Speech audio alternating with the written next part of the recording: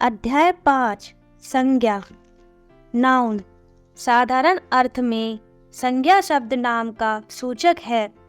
किसी भी प्राणी, स्थान, वस्तु, अवस्था, गुण या भाव के नाम का बोध करवाने वाले शब्द संज्ञा कहलाते हैं। संज्ञा के भेद। संज्ञा के प्रमुख 3 भेद हैं। 1. व्यक्तिवाचक संज्ञा। किसी विशेष वस्तु, व्यक्ति या स्थान के नाम का बोध कराने वाले शब्दों को व्यक्तिवाचक संज्ञा कहते हैं। जैसे प्रेमचंद महान लेखक थे। दिल्ली भारत की राजधानी है। रामचरितमानस तुलसीदास की श्रेष्ठ रचना है। उपर्युक्त वाक्यों में प्रेमचंद, दिल्ली, भारत, रामचरितमानस, तुलसीदास संज्ञा शब्द है। प्रेमचंद व तुलसीदास व्यक्ति का, दिल्ली व भारत स्थान का तथा रामचरितमानस पुस्तक विशेष का नाम है। विशिष्ट नाम का ज्ञान करवाने के कारण ये व्यक्तिवाचक संज्ञाएं हैं। वृक्षों, पर्वतों, नदियों, समुद्रों, दिनों, महीनों, त्योहारों, दिशाओं आदि के नाम भी व्यक्तिवाचक संज्ञाएं होती हैं। 2. जातिवाचक संज्ञा। एक ही प्रकार के प्राणियों, स्थानों व पुस्तकों की संपूर्ण जाति का बोध कराने वाले संज्ञा शब्द जातिवाचक संज्ञा कहलाते हैं। जैसे हाथी नदी में नहा रहा है, बच्चे पुस्तक पढ़ रहे हैं। हाथी, नदी, बच्चे तथा पुस्तक शब्द किसी विशिष्ट नाम का परिचय नहीं दे रहे हैं, बल्कि अपनी संपूर्ण जाति के सूचक हैं। इसलिए ये शब्द जातिवाचक संज्ञा शब्द है। खिलाड़ी, महानगर, शहर, गांव, राजनेता, झाड़ू, पेंसिल, चिड़िया, पक्षी, लड़की, स्त्री आदि शब्द जातिवाचक संज्ञा शब्द है। 3. भाववाचक संज्ञा। किसी वस्तु, व्यक्ति, प्राणी या पदार्थ आदि के गुण, दोष, स्वभाव, अवस्था, दशा, व्यापार, भाव आदि का बोध कराने वाले संज्ञा शब्द भाववाचक संज्ञा कहलाते हैं। जैसे चारों ओर हरियाली से खेतों की सुंदरता देखने योग्य है। सुंदरता, हरियाली, मोटापा, मधुरता, बुढ़ापा, यौवन, क्रूरता, बेचैनी, लंबाई, चौड़ाई, अमीरी, गरीबी आदि भाववाचक संज्ञाएं हैं। जातिवाचक संज्ञा के उपभेद। जातिवाचक संज्ञा के 2 भेद हैं। द्रव्यवाचक संज्ञा मटेरियल नाउन व समूहवाचक संज्ञा कलेक्टिव नाउन। के द्रव्यवाचक संज्ञा किसी द्रव पदार्थ या धातु का बोध करवाने वाले संज्ञा शब्द द्रव्यवाचक संज्ञा कहलाते हैं। जैसे लोहा एक उपयोगी धातु है। दूध पीना बच्चों के लिए आवश्यक है। लोहा व दूध पदार्थ व द्रव के सूचक हैं, अतः ये द्रव्यवाचक संज्ञा है। समूहवाचक संज्ञा।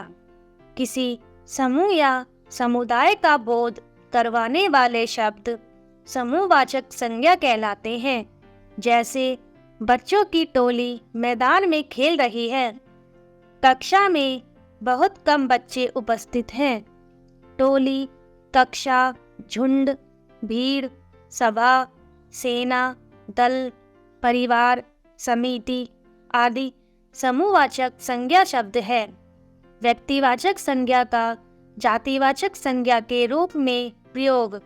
जब व्यक्तिवाचक संज्ञा किसी विशेष व्यक्ति का बोध न करवाकर उस व्यक्ति के गुण दोषों से युक्त सभी व्यक्तियों का बोध करवाती है, तब व्यक्तिवाचक संज्ञा जातिवाचक संज्ञा का रूप ले लेती है। जैसे आज भी भारत में हरिश्चंद्रों की कमी नहीं है। जयचंद्रों के कारण ही देश गुलाम हुआ था। हरिश्चंद्र व जयचंद व्यक्ति विशेष का नाम होने के कारण व्यक्तिवाचक संज्ञा शब्द है, परंतु यहाँ इनका प्रयोग इनके प्रमुख गुण दोषों सत्यवादिता व देशद्रोह युक्त सभी व्यक्तियों के लिए प्रयोग होने के कारण ये जातिवाचक संज्ञा है।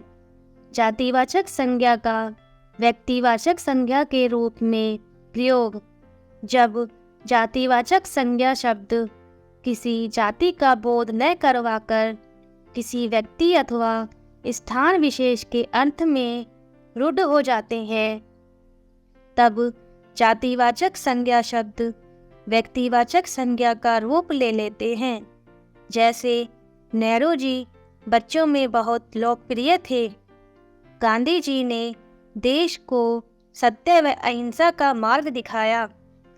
नेहरू व गांधी संपूर्ण जाति का बोध करवाने के कारण जातिवाचक संज्ञा शब्द है, परंतु यहाँ नेहरू तथा गांधी से अभिप्राय क्रमशः जवाहरलाल नेहरू तथा महात्मा गांधी से है। इसलिए यहाँ जातिवाचक संज्ञाएं व्यक्तिवाचक संज्ञा शब्दों के रूप में प्रयुक्त हुई है। भाववाचक संज्ञा शब्दों का जातिवाचक संज्ञा के रूप में प्रयोग। भाववाचक संज्ञा शब्द एक वचन में प्रयुक्त होते हैं। भाववाचक संज्ञाओं का प्रयोग बहुवचन में होता है तो ये जातिवाचक संज्ञा का रूप ले लेती है। जैसे हमें अपनी बुराइयों पर विजय पानी चाहिए। आधुनिक संचार साधनों से दूरियां मिट रही हैं। भाववाचक संज्ञाओं का निर्माण। भाववाचक संज्ञा शब्दों का निर्माण जातिवाचक संज्ञा, सर्वनाम, विशेषण, क्रिया तथा अव्यय शब्दों से होता है। जातिवाचक संज्ञा से भाववाचक संज्ञा बनाना।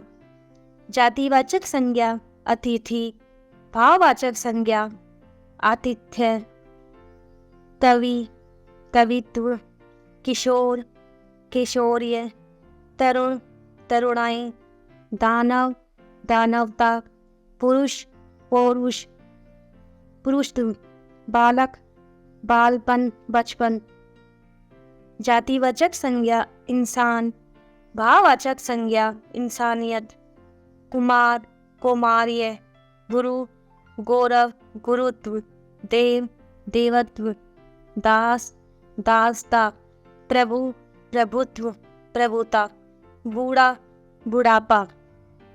सर्वनाम से भाववाचक संज्ञा। सर्वनाम अपना, भाववाचक संज्ञा अपनापन, अपनत्व, आप, आपा, निज, निजता, निजत्व। सर्वनाम तेरा, भाववाचक संज्ञा तेरापन, मेरा, मेरापन। विशेषण से भाववाचक संज्ञा।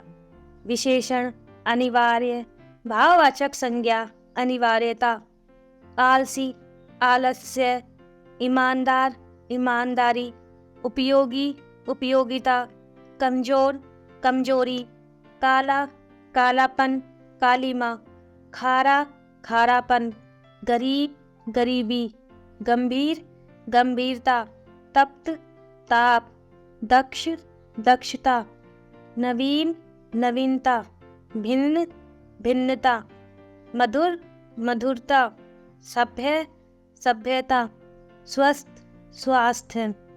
विशेषण अधिक, भाववाचक संज्ञा अधिकता। आवश्यक, आवश्यकता। उचित, औचित्य। कुलीन, कुलीनता। कठोर, कठोरता। कुशाग्र, कुशाग्रता। खट्टा, खट्टापन, खटास। गवार, गवारूपन। चतुर, चतुराई।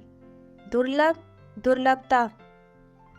धीर, धीरता, धैर्य। बुद्धिमान, बुद्धिमता, बुद्धिमानी। मीठा, मिठास। व्यथित, व्यथा। स्तब्ध, स्तब्धता। सरल, सरलता। क्रिया से भाववाचक संज्ञा। क्रिया उलझना, भाववाचक संज्ञा उलझन। कमाना, कमाई। कसना, कसावट। खोजना, खोज, घबराना, घबराहट, चिल्लाना, चिल्लाहट, छींकना, छींक, जगमगाना, जगमगाहट, ठहरना, ठहराव।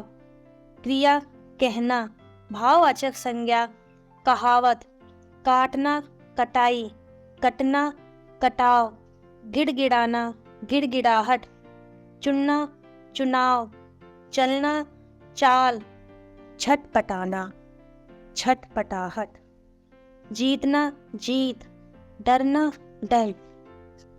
क्रिया थकना, भाववाचक संज्ञा थकावट, थकान, पूजना, पूजा, बनना, बनावट, रोना, रुलाई, लुभाना, लोभ, हंसना, हंसी।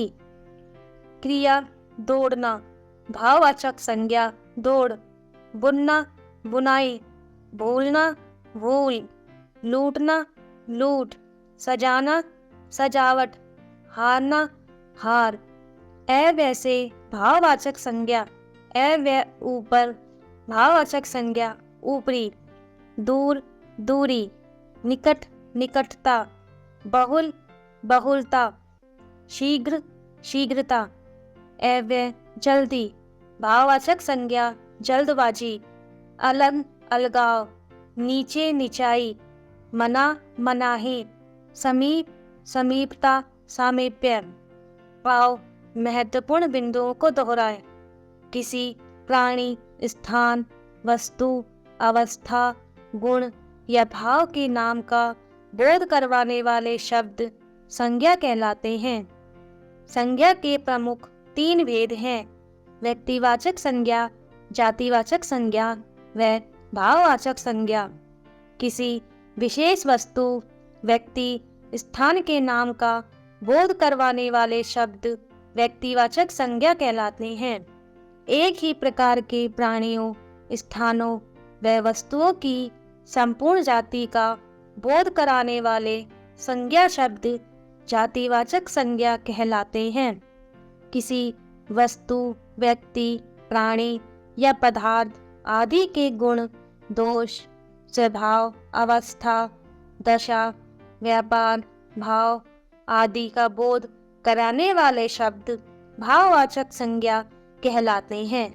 द्रव्यवाचक व समूहवाचक संज्ञा शब्द जातिवाचक संज्ञा के उपभेद हैं। द्रव, पदार्थ या धातु का बोध करवाने वाले शब्द द्रव्यवाचक संज्ञा कहलाते हैं। किसी समूह या समुदाय का बोध करवाने वाले शब्द समूहवाचक संज्ञा कहलाते हैं। भाववाचक संज्ञा शब्दों का निर्माण जातिवाचक संज्ञा, सर्वनाम, विशेषण, क्रिया तथा अव्यय शब्दों से होता है।